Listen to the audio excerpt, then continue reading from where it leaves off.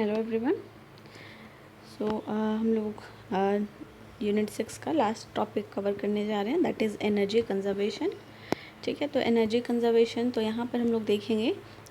Energy conservation का need क्या है, ठीक है, इम्पोर्टेंस क्या क्या है, and what are the different measures for energy conservation. ठीक है, डिफरेंट एरिया में हम देखेंगे, डिफरेंट एप्लीकेशंस वाइज देखेंगे कि यहाँ पर एनर्जी कंजर्वेशंस के लिए क्या क्या मेजर्स हम लोग यहाँ पर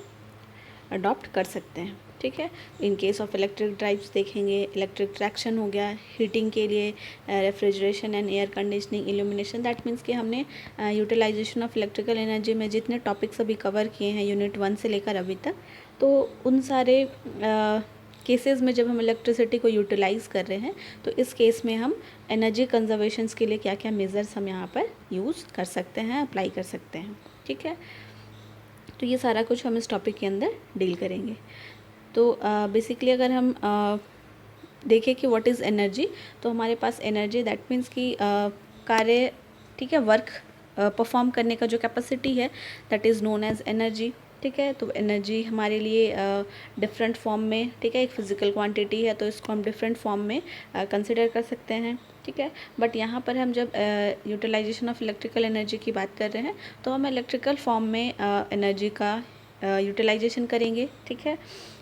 इधर ये पोटेंशियल फॉर्म में हो, काइनेटिक एनर्जी हो, मैकेनिकल फॉर्म में हो, ठीक है, लाइट एनर्जी हो गया, पोटेंशियल इलेक्ट्रिकल एनर्जी, या फिर किसी भी हीट या फिर ठीक है स्टीम के फॉर्म में। तो यहाँ पर जो भी हम पूरे कंप्लीट यूटिलाइजेशन के लिए इलेक्ट्रिकल एनर्जी के यूटिलाइजेशन के टर्म में हम जो भी एनर्जी जिस भी फॉर्म में यूज़ कर रहे हैं तो उसके कंजर्वेशन को यहाँ पर डील करेंगे। ठीक है, एंड अगर हम बात करें एनर्जी कंजर्वेशन का, ठीक है, तो हमारे पास स्टेटमेंट है कि एनर्जी को ना तो हम जनरेट कर सकते हैं, प्रोड्यूस कर सकते हैं, ना ही इनको डिस्ट्रॉय कर सकते हैं, बट हम लोग एक फॉर्म से दूसरे फॉर्म में इसका कन्वर्जन पॉसिबल कर सकते हैं। ठीक है, that is energy conservation. And इस एनर्जी कंजर्वेशन का इम्पोर्टेंस क्या क्या है, नीड क्या है हमारे लिए। तो अगर हम डील करें डिफरेंट इलेक्ट्रिकल ड्राइव्स की, ठीक है, ट्रांसफार्मर एपरेटस की, या फिर ट्रैक्शन सिस्टम में देखें, ड्राइव्स के टर्म में देखें, तो हमारे लिए उनको उनके ऑपरेशन के लिए हम इलेक्ट्रिसिटी यूज़ करते हैं। ठीक है, एंड अगर हम ट्रैक्शन सिस्टम में, जहाँ पर हमारे पास ट्रैक्शन को ऑपरेट कराने के लिए मोटर्स का यूटिलाइजेशन कर रहे हैं, हम लोग मोटर्स एम्प्लॉय करते हैं, ड्राइव्स को ऑपरेट कराने के लिए मोटर एम्प्लॉय करते हैं, तो बेसिकली जो एनर्जी हम यूज़ करते हैं वो मोटर्स के हेल्प से ही कर रहे हैं। तो अब अगर हमारे पास एनर्जी कंजर्वेशंस का इम्पोर्टेंस या फिर नीड क्या है अगर हम बात करें तो ठीक है, जो भी हम ड्राइव्स या फिर ट्रैक्शन सिस्टम या डिफरेंट इलेक्ट्रिकल सिस्टम के ऑपरेशन के लिए हम जिन जिन मोटर्स को एम्प्लॉय कर रहे हैं, ठीक है, तो बेसिकली हम उस मोटर्स के कंस्ट्रक्शन पे, मैन्युफैक्चरिंग पैरामीटर्स पे, उन पे क्या क्या पार्ट्स हम एम्प्लॉय कर रहे हैं उनके पार्ट्स पे, ठीक है, लैमिनेशन हो गया, वाइंडिंग्स हो गया, उनके जो भी मैकेनिकल पार्ट्स हो गया, तो उन सभी को हम यहाँ पर इम्पॉर्टेंट नेसेसरी कंडीशंस के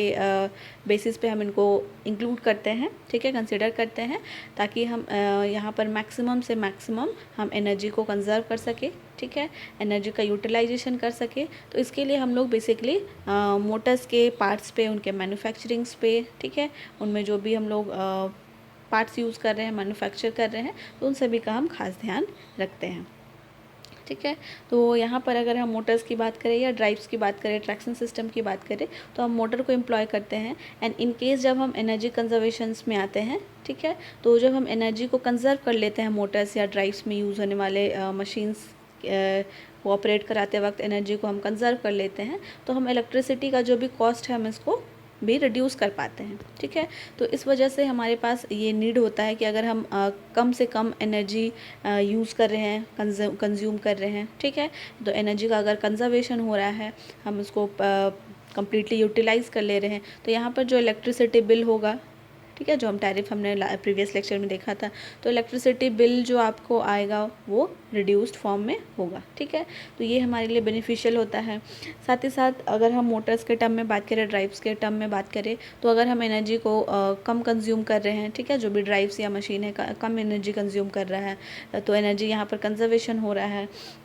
तो इस केस में जो मशीन होगा वो उसका जो एफिशिएंसी होगा, ठीक है, ये भी आपका हाई हो जाएगा।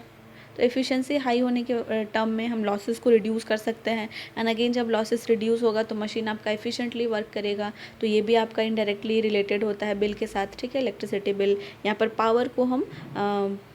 जो इनका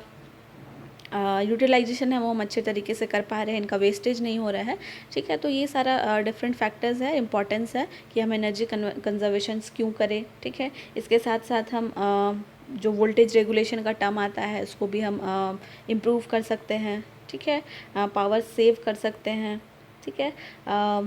एंड इन सभी के लिए हमको ध्यान में रखना है कि हम जो भी मोटर्स या मशीन्स यूज़ कर रहे हैं जहाँ पर जो एनर्जी का कंजम्पशन है वो अच्छे तरीके से हो, कंप्लीट वे में हो, ठीक है, डिस्ट्रॉय ना हो या फिर वेस्टेज ना हो, ठीक है। तो इस टर्म में हम गुड क्वालिटी का मटेरियल यूज़ करेंगे, ठीक है, मशीन्स के कोर को, वाइंडिंग्स को मैन्युफैक्चर करने के लिए, ठीक है। इस तरह से हम उसके एफिशिएंसी को इम्प्रूव कर सकते हैं एंड फाइनली हम एनर्जी कंजर्व कर सकते हैं। तो हमारे लिए ये बहुत इंपॉर्टेंट रोल प्ले करता है इन यूटिलाइजेशन ऑफ इलेक्ट्रिकल एनर्जी, ठीक है। एंड साथ ही साथ यहाँ पर आपको टर्म दिखेगा कि जब हम एनर्जी कंजर्वेशन में आते हैं तो ये बहुत इंपॉर्टेंट रोल प्ले करता है नॉन रिन्यूएबल एनर्जी रिसोर्सेज को रिप्लेस करने के टर्म में, ठीक है। तो नॉन रिन्यूएबल एनर्जी जो हमारे पास फॉसिल फ्यूल्स के टर्म में था, ठीक है, कोल हो गया, पेट्रोलियम हो गया, तो इनको जब हम बर्न करते थे एनर्जी जनरेट करने के लिए, ठीक है, तो ये इन्वायरमेंटल फ्रेंडली नहीं था, ठीक है। तो इस वजह से एनर्जी यहाँ पर वेस्ट हो रहा था, ठीक है, कुछ डिसएडवांटेजेस था। तो जब हम एनर्जी कंजर्वेशन में आते हैं तो हम नॉन रिन्यूएबल एनर्जी सोर्स को रिन्यूएबल एनर्जी सोर्सेज से रिप्लेस करते हैं, जो कि हमारे लिए काफ़ी ज़्यादा बेनिफिशियल है as compare to non renewable energy source, ठीक है, ये हमने देखा है। तो इस तरीके से बहुत सारा फैक्टर्स है, बहुत सारे एडवांटेजेस है जिसके वजह से हम एनर्जी कंजर्वेशंस को प्रेफरेंस देते हैं,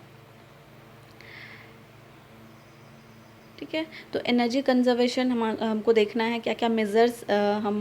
अडॉप्ट कर सकते हैं, ठीक है, ड्राइव्स के लिए, ट्रैक्शन सिस्टम के लिए, इल्यूमिनेशन के टर्म में, इलेक्ट्रिक हीटिंग के टर्म में। तो अभी तक हमने जितने भी चैप्टर्स डील किए हैं तो उन सभी चैप्टर्स के रेस्पेक्ट में हम क्या क्या एनर्जी कंजर्वेशन मेजर्स को यहाँ पर एम्प्लॉय कर सकते हैं। तो हमारे पास सबसे पहले इलेक्ट्रिकल ड्राइव्स से रिलेटेड, ठीक है। तो यहाँ पर इलेक्ट्रिकल ड्राइव्स हमने चैप्टर पढ़ा था, तो यहाँ पर हम डिफरेंट लॉसेस को हम यहाँ पर फेस कर सकते हैं, लाइक इलेक्ट्रिकल ट्रांसमिशन लॉसेस हो गया, ठीक है। दैट मीन्स कि जो वायर्स है, वायर्स का अपना कुछ रेजिस्टेंस होता है, ट्रांसमिशन लाइन का अपना कुछ रेजिस्टेंस होता है, जिसके वजह से वोल्टेज ड्रॉप होता है, ठीक है। वोल्टेज ड्रॉप होगा, दैट मीन्स कि हमने जो सेंडिंग एंड पे जो वोल्टेज हमने दिया था वी इनपुट, वो सारा का सारा वी आउटपुट पे नहीं आ पा रहा है, ठीक है। दैट मीन्स कि इसके रेजिस्टेंस की वजह से यहाँ पर कुछ वोल्टेज ड्रॉप हो गया। दैट मीन्स कि जितना हमने इनपुट दिया उतना हम आउटपुट रिसीव नहीं कर पाए, तो यहाँ पर हमें लॉसेस को फेस करना पड़ा, ठीक है। That is electrical transmission losses. Conversion losses, ठीक है, डिफरेंट मशीन्स जब हम यूज़ कर रहे हैं तो electrical to mechanical, mechanical to electrical, ठीक है, हीट के टर्म में हो गया, स्टीम के टर्म में हो गया, तो डिफरेंट कन्वर्जन प्रोसेस चलता रहता है ऑपरेशन के टर्म में। तो यहाँ पर भी पावर लॉसेस हो जाता है हीट के टर्म में, ठीक है, डिफरेंट टर्म्स में ये डिफरेंट, ठीक है, तरीके से ये यहाँ पर लॉसेस के फॉर्म में रिलीज़ हो जाता है,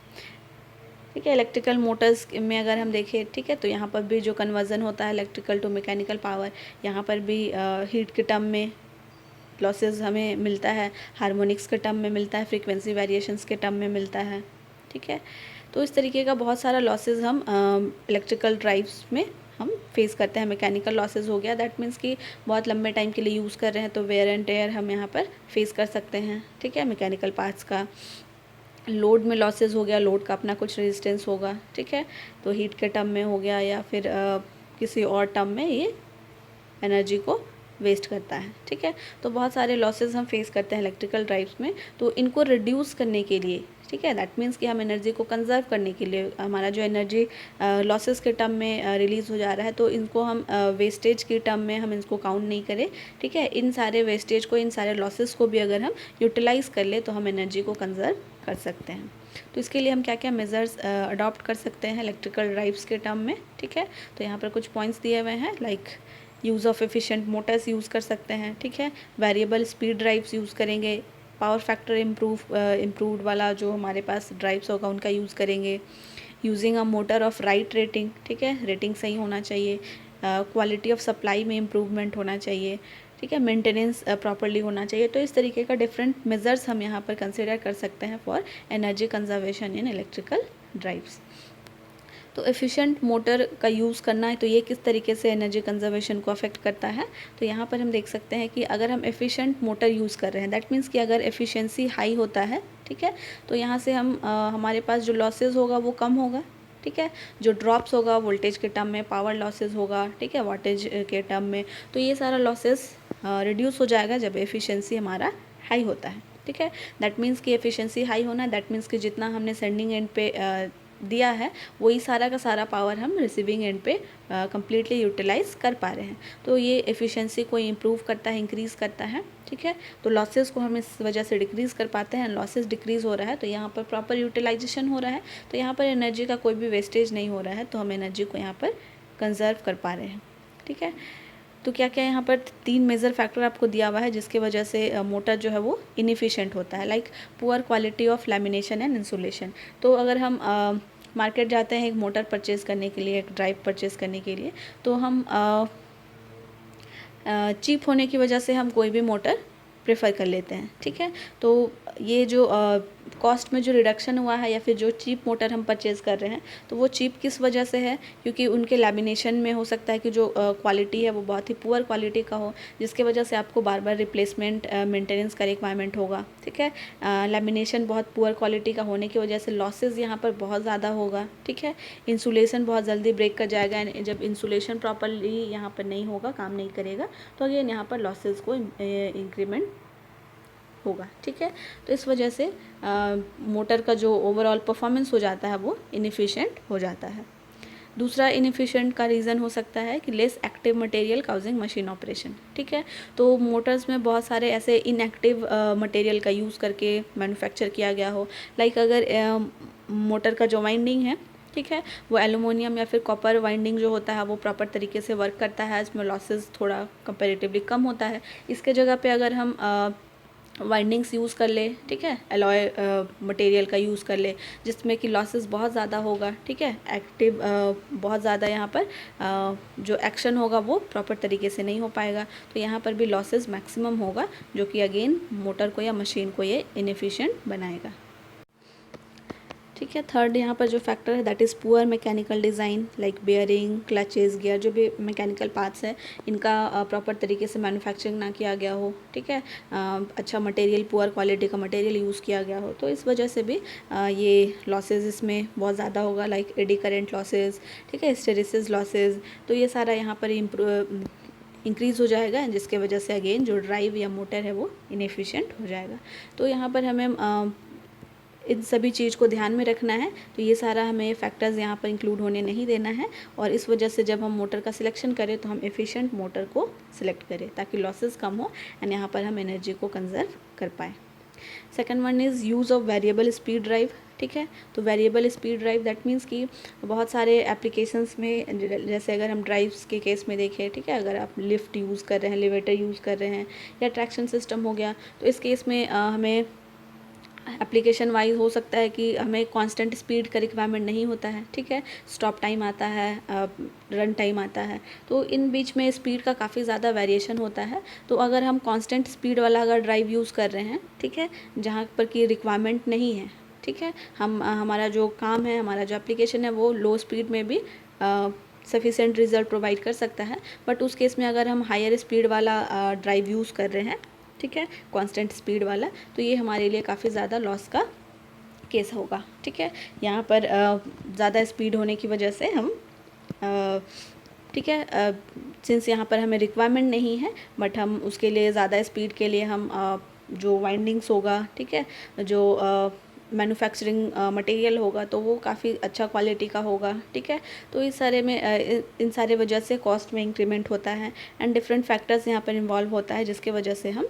लॉसेस को फेस कर सकते हैं। तो अगर हम वेरिएबल स्पीड ड्राइव यूज़ करते हैं, जैसे ट्रैक्शन सिस्टम हो गया, एलिवेटर्स हो गया, जहाँ पे हमें स्पीड को वेरी करते रहना पड़ता है, ठीक है, कभी हाई स्पीड, लो स्पीड, तो अगर हम वेरिएबल स्पीड ड्राइव का यूज़ कर रहे हैं प्रॉपर तरीके से, तो हम यहाँ पर काफ़ी पावर को सेव कर सकते हैं।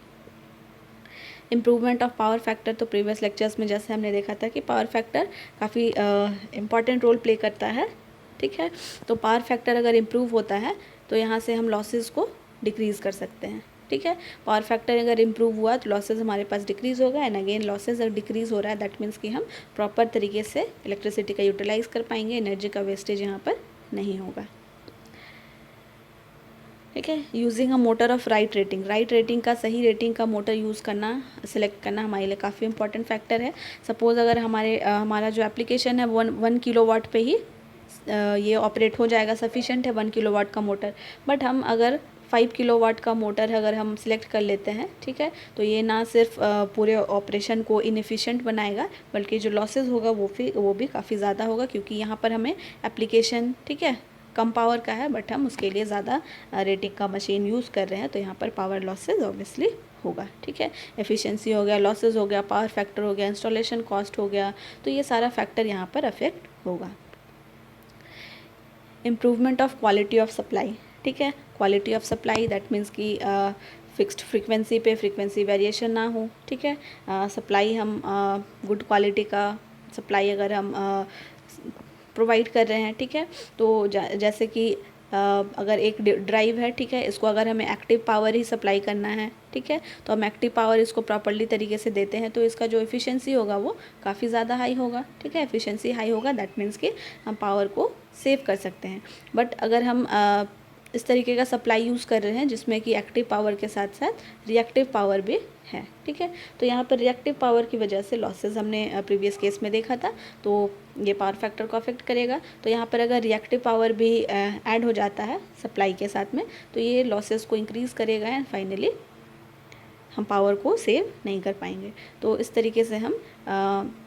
ज़्यादा से ज़्यादा एक्टिव पावर का सप्लाई अगर हम करते हैं ड्राइव्स को तो हम एनर्जी कंजर्वेशन कर सकते हैं।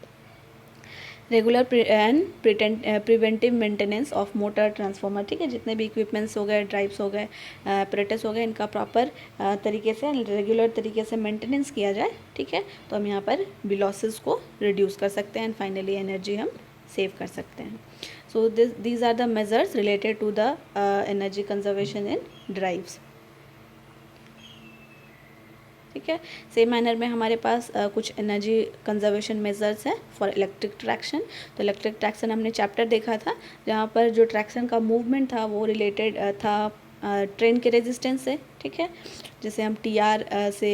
डिनोट किए थे, ठीक है। तो ये जो ट्रैक का रेजिस्टेंस होता है जिस पर कि जो व्हील है वो आपका रोटेट कर रहा है, ठीक है, मूव कर रहा है, तो उस ट्रैक का जो रेजिस्टेंस है, ट्रेन का जो रेजिस्टेंस है, उस पर डिपेंड करता है कि ये कितना एफिशिएंट ये वर्क कर रहा है, ठीक है। तो एनर्जी कंजम्पशन जो है, ठीक है, ट्रैक्शन के मूवमेंट में या उसके ऑपरेशन में जो टोटल एनर्जी कंजम्पशन है, ठीक है, वाट सेकेंड में इसको एक्सप्रेस किया गया है, ठीक है, W into TR into G into D,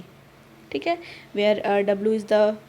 ton में हम ट्रेन का वेट कंसिडर करेंगे, TR is the resistance of train, ठीक है, G आपका acceleration due to gravitation and D जो है आपका डिस्टेंस जो ट्रेन को कवर करना है। तो इन सारे फैक्टर्स का जो मल्टीप्लिकेशन है, जो प्रोडक्ट है, ये टोटल एनर्जी कंजम्पशन देगा इस डिस्टेंस को कवर करने में, ठीक है। तो यहाँ पर हम देख रहे हैं कि जितना ज़्यादा डिस्टेंस कवर करना होगा, जितना ज़्यादा एक्सेलरेशन ड्यू टू ग्रेविटी आएगा, एक्सेलरेशन ज़्यादा होगा, रेजिस्टेंस ज़्यादा होगा, वेट ज़्यादा होगा, तो एनर्जी कंजम्पशन भी उतना ही ज़्यादा होगा, ठीक है, डायरेक्टली प्रोपोर्शनल है। तो अगर हम ट्रेन रेजिस्टेंस को, ठीक है, तो यहाँ पर हमारे पास क्या है, वेट जो है ये कांस्टेंट होगा, ठीक है, अगर ट्रेन एक बार बन गया तो इसका वेट कांस्टेंट हो गया।